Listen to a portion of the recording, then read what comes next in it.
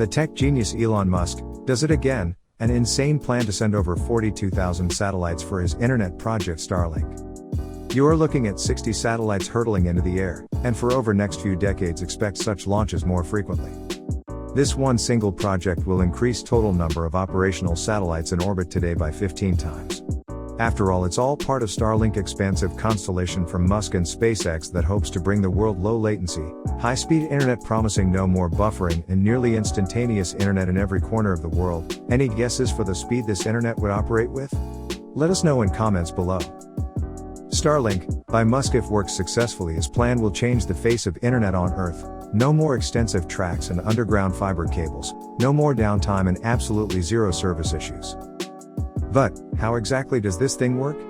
Well, traditional satellite internet is provided by a bus-sized spacecraft that has launched 22,236 miles into space in orbit around.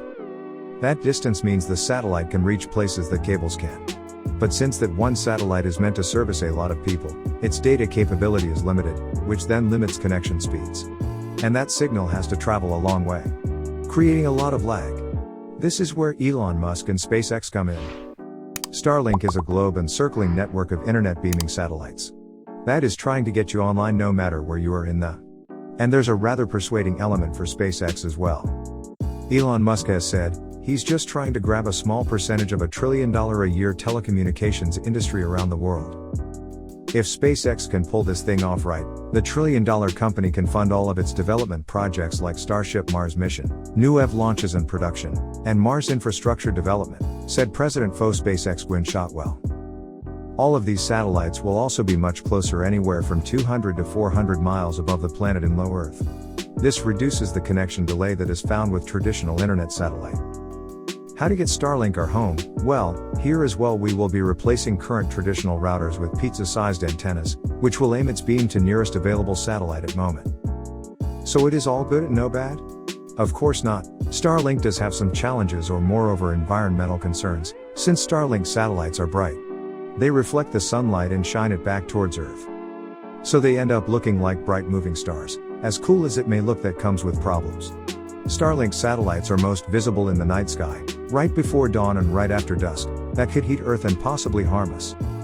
Additionally, the wall of satellites could also obstruct the search for new planets or even black holes. SpaceX realized they had to do something, which is when they experimented black wall, basically dark colored satellite, but none of this will fully solve the problem. And even if it did, there's a much bigger issue at hand. There's a concern about space debris, because when you have so many satellites and the closest, tightest, densest orbits around Earth, there's a higher chance that those satellites could collide with each other or with other satellites. If this all gets its way out with little to no regularly and impact to human on Earth, we could end up with 100,000 satellites encasing our planet within the next 10 years, dramatically increasing the risk of blocking off space for everyone. Yes, of course, with 1,000 gigs of internet speed. Haha. Cause at the end of day there has to be some good after some bad. Thank you guys for watching our video. Do subscribe for such more videos.